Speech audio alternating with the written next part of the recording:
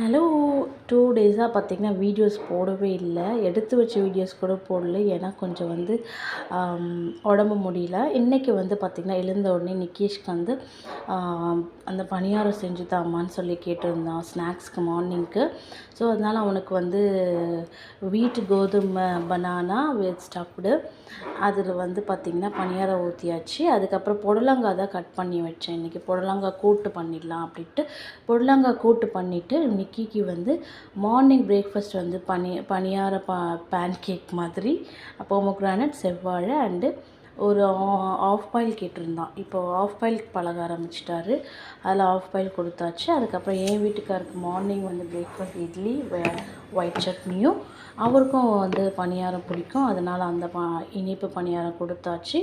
அவருக்கும் புடலங்காய் கூட்டு போட்டு நல்லா பேக் பண்ணிட்டு வீட்டுக்காருக்கு கொடுத்துட்டேன். இன்னிலேருந்து ஹாப்பி டே.